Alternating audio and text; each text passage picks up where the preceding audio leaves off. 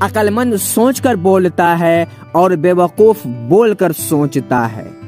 احمق شخص میں بات کو سمجھنے کی صلاحیت کم ہوتی ہے، اس لیے وہ زیادہ بولتا ہے اور کم سنتا ہے۔ خواہشات کو نہ مارنے والے ایک دن خواہشات کے ہاتھوں ہی مارے جاتے ہیں۔ جو شخص موت کو یاد رکھتا ہے وہ تھوڑی سی دنیا پر بھی خوش ہو جاتا ہے۔ کچھ لوگوں کے ساتھ خون کا رشتہ بھی نہیں ہوتا مگر اپنوں والی خوشبو ہوتی ہے۔ دراصل رشتے خون کے نہیں احساس کے ہوتے ہیں۔ خود کو غلط سمجھنے کی توفیق بھی اللہ کی طرف سے ملتی ہے، ورنہ تو لوگ غلط ہوتے ہوئے بھی خود کو صحیح سمجھتے ہیں۔ جب تک کسی شخص سے بات چیت نہ ہو اسے حقیر نہ سمجھو۔ لوگوں کی مٹھاس اور منافقت مت دیکھو، عمل دیکھو۔ عقل مند وہ نہیں جسے صرف اچھائی اور برائی کی پہچان ہو، بلکہ اصل عقل مند وہ ہے جو اچھائی کی پیروی کرے اور برائی سے اجتناب کرے۔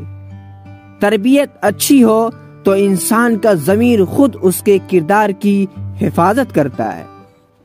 ہم لوگ بھی عجیب ہیں، مرے ہوئے انسان کو کندھا دینا ثواب تو سمجھتے ہیں مگر کسی زندہ انسان کو سہارا دینے سے کتراتے ہیں۔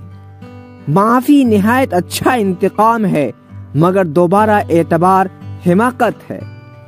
جب تم کسی شخص کو اس کی دولت کی وجہ سے عزت دینے لگو تو سمجھ لو تم ایمان گوا چکے ہو۔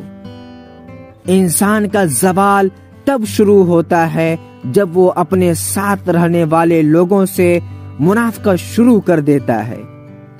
جاہل صرف وہ نہیں ہوتا جو تعلیم یافتہ نہ ہو، جاہل وہ بھی ہوتا ہے جس نے ڈگریوں کے ڈھیر لگا رکھا ہو مگر اپنے ظرف میں وسعت، لہجے میں نرمی اور طبیعت میں انکساری نہ پیدا کر پایا ہو۔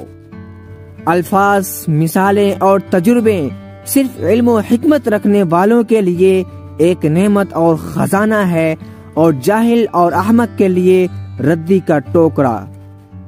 جو عبادتیں اخلاق اور کردار پر اثر انداز نہ ہو سکیں وہ مشقت کے سوا کچھ نہیں۔ فرائض کے بعد اللہ کو راضی کرنے کا بہترین اور آسان طریقہ خدمت خلق ہے۔